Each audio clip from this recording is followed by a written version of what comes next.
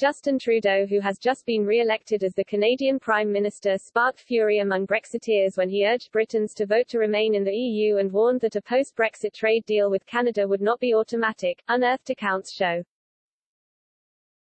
Mr. Trudeau, 49, has just won a third term in office in a snap general election. However, calling the snap vote to secure a majority was a political risk, and Mr. Trudeau has fallen short of his goal. His Liberal Party took 157 seats in Parliament, the same number it won at the 2019 election. This was 13 seats short of the 170 needed to obtain a majority in the House of Commons.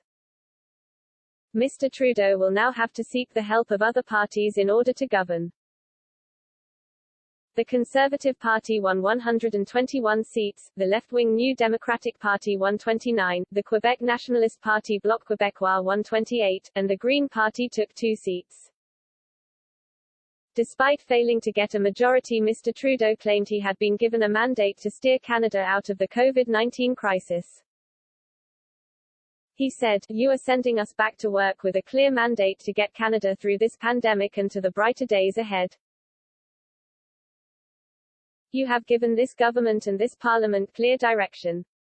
Mr. Trudeau will now be firmly focused on his domestic agenda, including battling Canada's latest surge in COVID-19 cases. However, the Canadian Prime Minister has not been afraid to also concern himself with the internal politics of other countries in the past. In an unearthed interview with Reuters from May 2016, Mr. Trudeau confirmed he was against the UK leaving the EU. He spoke ahead of the June referendum in which Britain voted to sever ties with the European trading bloc. The Prime Minister said, "More unity is a path toward greater prosperity. We have a great relationship with a strong and united Europe and certainly hope that that continues.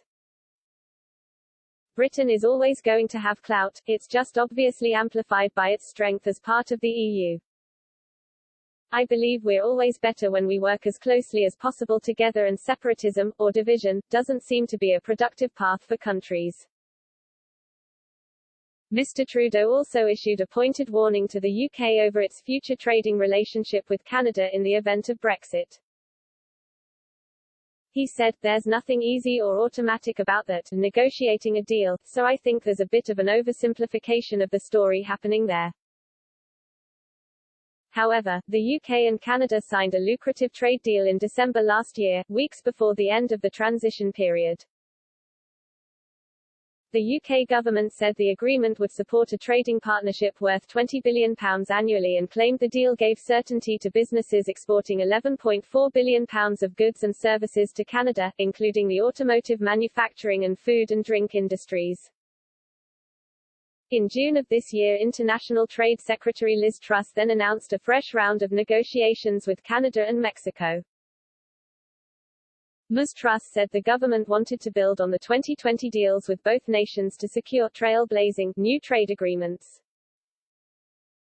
She said, "We want these deals to be pioneering in digital and services trade, and bolder in our commitments to the environment."